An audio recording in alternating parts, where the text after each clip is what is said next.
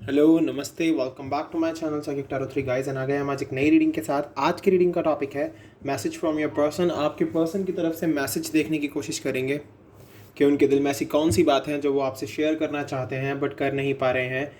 चाहे आप जिस मतलब जब वो आपसे शेयर करने वाले हों, या तो आप नो कांटेक्ट में आ गए हो या फिर आपकी बातचीत बंद हो गई हो, सो उनके दिल की वही बात जानने की कोशिश करेंगे जो वो आपको नहीं बता पाए या फिर जो आपसे वो एक्सप्रेस करना चाहते थे। तो चलिए रीडिंग को स्टार्ट करते हैं।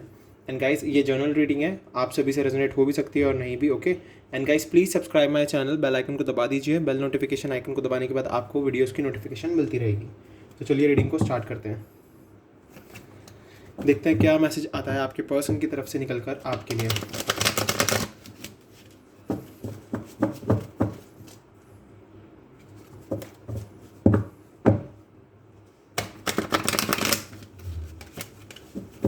चलिए स्टार्ट करते हैं रीडिंग को।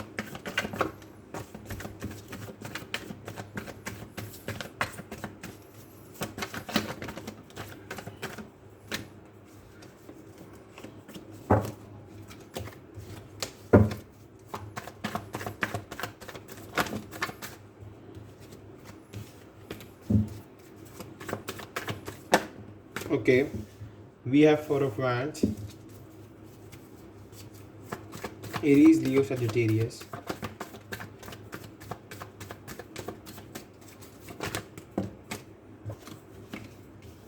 We have Knight of Swords, King of Swords, Queen of Pentacles, and Eight of Swords.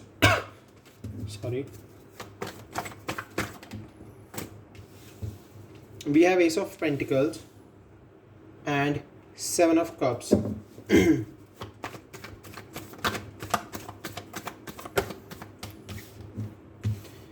We have the Chariot. Okay. We have Ten of Swords, Four of Swords. Okay, एक card और लेते हैं।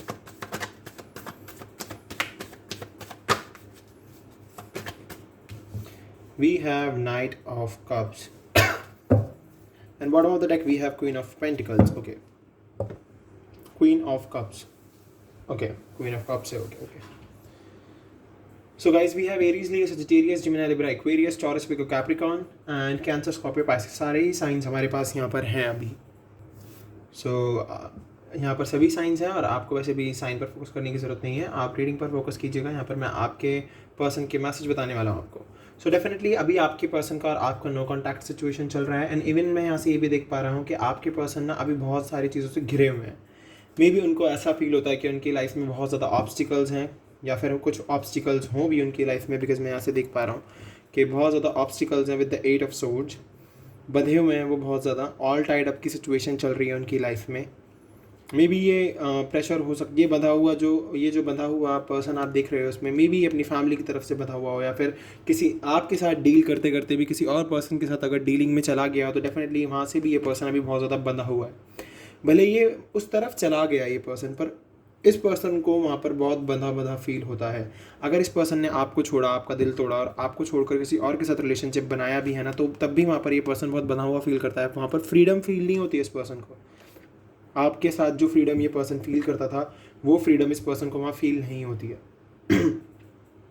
Okay. And ये person चाहता है कि ये अपनी इस सिचुएशन से बाहर निकले, क्लैरिटी लाए अपने अंदर। बट यस, अभी ये पर्सन खुद कंफ्यूज है बहुत ज़्यादा। विद द 7 ऑफ कप्स मैं देख पा रहा हूँ इस पर्सन के आसपास बहुत ज़्यादा चॉइसेस हैं, और उन्हीं चॉइसेस की वजह से ये पर्सन आपकी लाइफ में इन एंड आउट होता रहता है। इस पर्सन को अपना पर्पस फाइंड आउट करने की ज़रूरत है। एंड इवन ये पर्सन आपको बताना भी चाहता है ये बात कि इनके आसपास बहुत कुछ चीज़ें बनी होने की वजह से, या फिर इनके पास ऑप्शन ज़्यादा होने की वजह से, या फिर इनकी फैमिली इनके रिश्ते की ऑप्शंस इनको ला कर देती रहती है, या इनके रिश्ते की बात कहीं ना कहीं होती रहती है। तो डेफिनेटली इस पर्सन के आसपास बहुत ज़्यादा ऑप्शन हैं, इसलिए ये पर्सन फैमिली प्रेशर में आपकी लाइफ से इन एंड आउट होता रहता है। ओके। एंड अगर मैं बात करूँ आप दोनों की, तो डेफिनेटली आपने तो इस रिलेशनशिप के लिए अब भी बहुत ज़्यादा मैनिफेस्टेशन में अपना समय लगाया हुआ है। आप बहुत अच्छे से मैनिफेस्ट कर रहे हो। आप बहुत टाइम से इस ऑफ़र का वेट कर रहे हो जो आप अपने हाथ में लेके बैठे हुए हो। एंड इवन आपकी जो अबंडेंस है, देखिए आप आप बहुत ज़्यादा अबंडेंट हो, आपको गॉड ने सब कुछ दिया हुआ है, एंड इवन आपके पर्सन को बस मेंटल क्लैरिटी की ज़रूरत है सॉरी। तो आपके पर्सन को और आपको दोनों को ही गॉड ने और यूनिवर्स ने मिलाया है, बट अभी आप दोनों को ज़रूरत है एक क्लैरिटी लाने की अपने रिलेशनशिप के बीच में, क्योंकि मेरे को यहाँ से दिख रहा है कि आप दोनों के बीच में ना काफ़ी ज़्यादा क्लैरिटी नहीं है आपके ना। आप एक दूसरे से शायद में भी चीज़ें छुपाते हो, इस वजह से इस रिलेशनशिप में क्लैरिटी नहीं है, या फिर एक पर्सन ऐसा है जो हर एक बात अपनी नहीं बताता है। भले ही आपके साथ रिलेशनशिप में रहते रहते भी इस पर्सन ने किसी और के साथ रिलेशनशिप बना लिया होगा, क्योंकि मैं queen of cups and queen of pentacles, हमारे पास 2 क्वीन आई हैं, तो डेफिनेटली मैं यहाँ से देख सकता हूँ कि येस ये पर्सन थर्ड पार्टी सिचुएशन में तो है, डेफिनेटली है। एंड जो क्वीन ऑफ कप्स का कार्ड हमारा बॉटम से आया था, तो ये हमारा सेकंड कार्ड था। क्वीन ऑफ पेंटिकल्स में आपकी एनर्जी देख रहा हूँ, सो डेफिनेटली मैं यहाँ से देख पा रहा हूँ कि आपके पर्सन को बहुत ज़्यादा इमोशनली टॉर्चर करती है third party.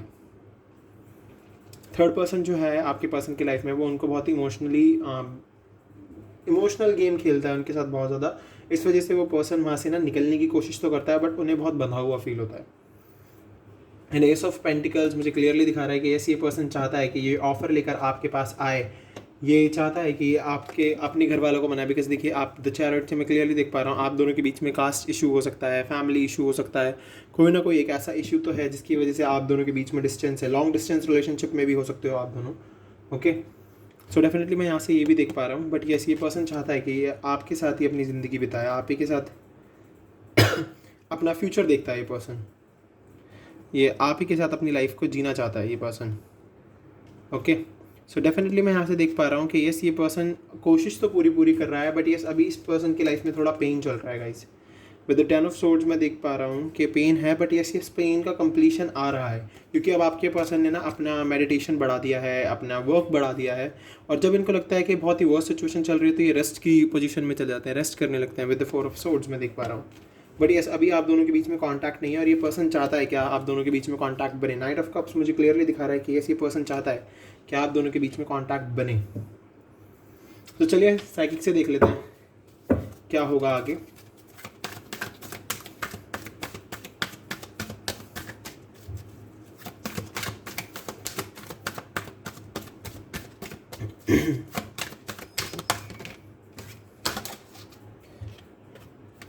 We have suffering in silence, so definitely अभी ये पर्सन ना साइलेंस में बहुत ज़्यादा सफ़र कर रहा है, एंड टेम्पटेशन। सो मैं यहाँ से देख पा रहा हूँ कि यस ये पर्सन आपसे अटैचमेंट तो अभी भी बहुत फील करता है, बहुत ज़्यादा अटैचमेंट रखे हुए ये पर्सन,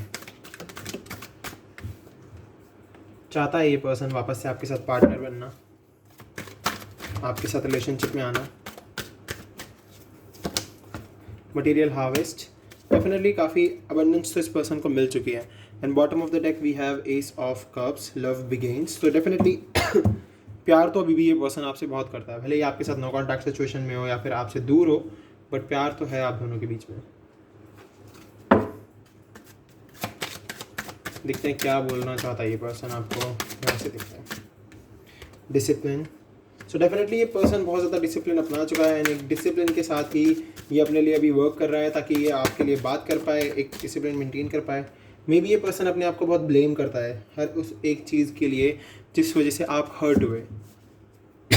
तो अभी ये पर्सन खुद को बहुत ज़्यादा ब्लेम कर रहा है, एंड इवन ये सोचता है कि इसकी वजह से ही आपकी लाइफ में बहुत ज़्यादा प्रॉब्लम्स आई हैं।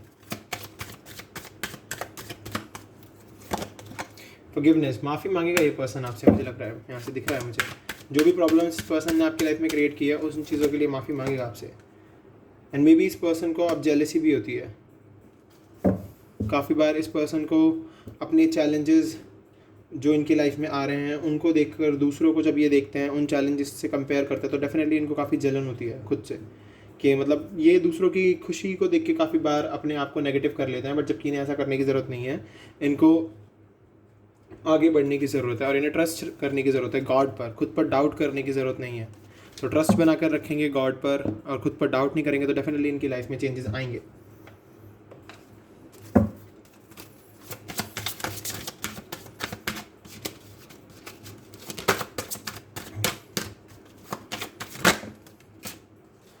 एक second guys, we have okay,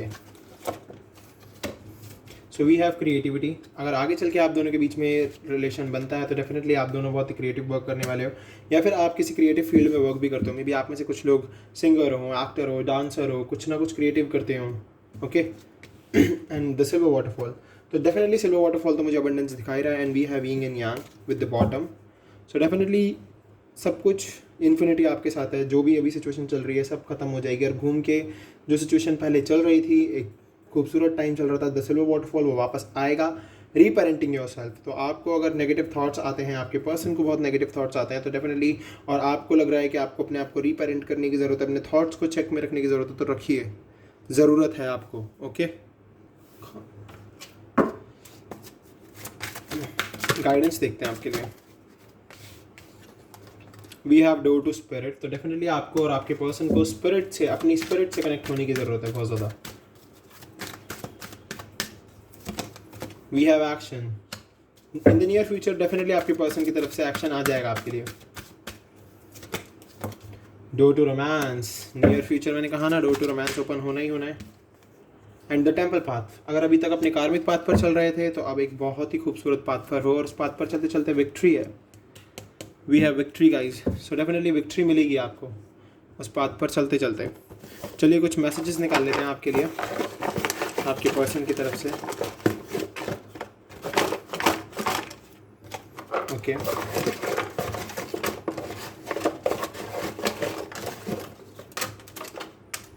चलिए,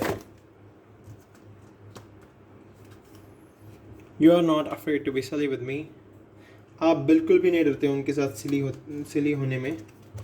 you put up with my मूडीनेस and all other imperfections, आप बहुत ही अच्छे से उनकी मूडीनेस को झेल लेते हो, एंड इवन उनके हर एक इम्परफेक्शन को भी, मतलब आप उनके मूड जो स्विंग्स होते हैं उनको भी, और उनके इम्परफेक्शंस की भी रिस्पेक्ट करते हो। यहाँ से कहने का मतलब ये है मेरा। You would travel long distance just to see me, आप काफ़ी लंबा, मे बी आपके पर्सन बहुत लंबा एक ट्रैवल करके आपसे मिलने ज़रूर आएंगे, यहाँ से मुझे ये भी लग रहा है। You are the first person I tell when things are good और बैड, आप ही हैं वो पहले पर्सन, आपके पर्सन कह रहे हैं आपके लिए कि जब चीज़ें ख़राब होती हैं तो वो आप ही को सबसे पहले बताते हैं। You forgive me when I do wrong, जब ये कुछ गलत करते हैं तो आप इन्हें फॉरगिव कर देते हैं, या आपने किया भी हो पास्ट में, इनकी गलतियों को भुलाकर आप आगे इनको एक चांस दिया भी हो, बट इन्होंने शायद उस चांस का गलत फ़ायदा उठाया हो। ऐसा हो सकता है, ऐसे काफ़ी लोगों की सिचुएशन में ये हो सकता है। You bring a smile to my face every morning, आप ही हो उनके चेहरे पर हंसी लाने का एक ज़रिया। यू अंडरस्टैंड मी, आप उन्हें बहुत अच्छे से समझते हो। You make me laugh constantly, आप उन्हें बहुत ही हंसाते हो। I start missing you the second you leave, इन्होंने आपको तभी से मिस कर रहे हैं जब आपने या इन्होंने आपको छोड़ दिया था, जिस पल में। Touching you is the most wonderful feeling ever, so definitely आपको टच करना उनको बहुत ही वंडरफुल फीलिंग लगती है। सो डेफिनेटली आपके पर्सन की तरफ से भी मैंने आपके लिए मैसेजेस देख दिए हैं, एंड इवन मैंने आपको रीडिंग भी बता दी है कि क्या सिचुएशन है, क्या सर्कमस्टांसेस हैं अभी के लिए। सो गाइज, ये थी आपकी आज की रीडिंग। अगर आपसे रेजोनेट हुई है तो प्लीज़ मेरे चैनल को सब्सक्राइब करना, बेल आइकन को दबा देना। बेल नोटिफिकेशन आइकन को दबाने के बाद आपको रीडिंग की नोटिफिकेशन मिलती रहेगी। कमेंट करके ज़रूर बताना रीडिंग कैसी लगी। अभी के लिए bye bye guys, take care.